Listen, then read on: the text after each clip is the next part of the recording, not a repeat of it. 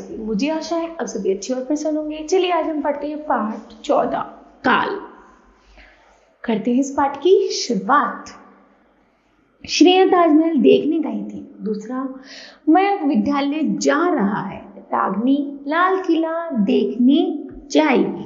ठीक है, उपरोक्त वाक्य में गई थी, जा रही है या जाएगी आदि क्रियाएं हैं। इन क्रियाओं से कार्य के होने का बोध हो रहा है।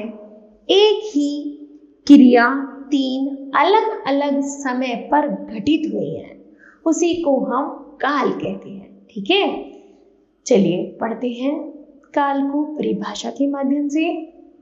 क्रिया के जिस रूप से कार्य के संपन्न होने के समय का बोध हो उसे काल कहते हैं। ठीक है, काल के भेद। काल के 3 भेद होते हैं। नंबर 1 वर्तमान काल, भूतकाल और भविष्यत काल। पहला है वर्तमान काल। क्रिया के जिस रूप से कार्य के वर्तमान समय में संपन्न होने का बोध हो उसे वर्तमान काल कहा जाता है। जैसे रेणु एक अध्यापिका है, वह एक विद्यालय में पढ़ाती है। वह सुबह विद्यालय जाती है और शाम को लौटती है। वह छात्रों को प्यार से पढ़ाती है।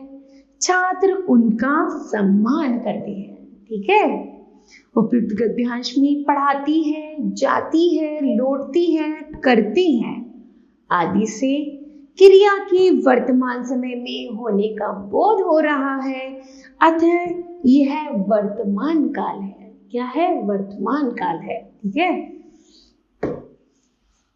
दूसरा है भूतकाल। क्रिया के जिस रूप से बीते हुए समय में कार्य के होने का बोध हो उसे भूतकाल कहते हैं।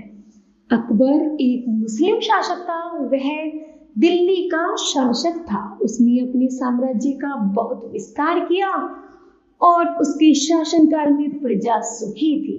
वह हिंदुओं का भी सम्मान करता था। ठीक है, उपयुक्त गद्यांश में था, किया था, करता था आदि शब्दों से बीते हुए समय में कार्य के होने का बोध हो रहा है, अर्थात यहाँ भूतकाल है। दूसरा है भविष्य।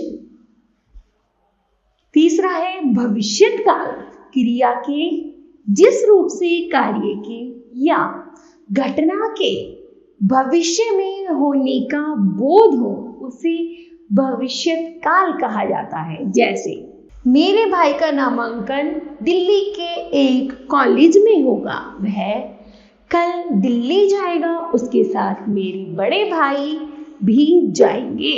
उपयुक्त वाक्यों में होगा, जाएंगे या जाएंगे आदि क्रियाओं से कार्य का या घटना का भविष्य में होने का बोध हो रहा है।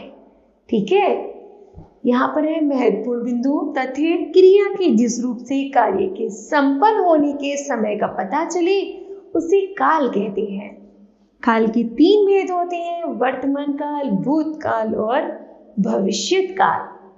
चल रहे समय में होने वाली क्रियाओं से वर्तमान काल का बोध होता है।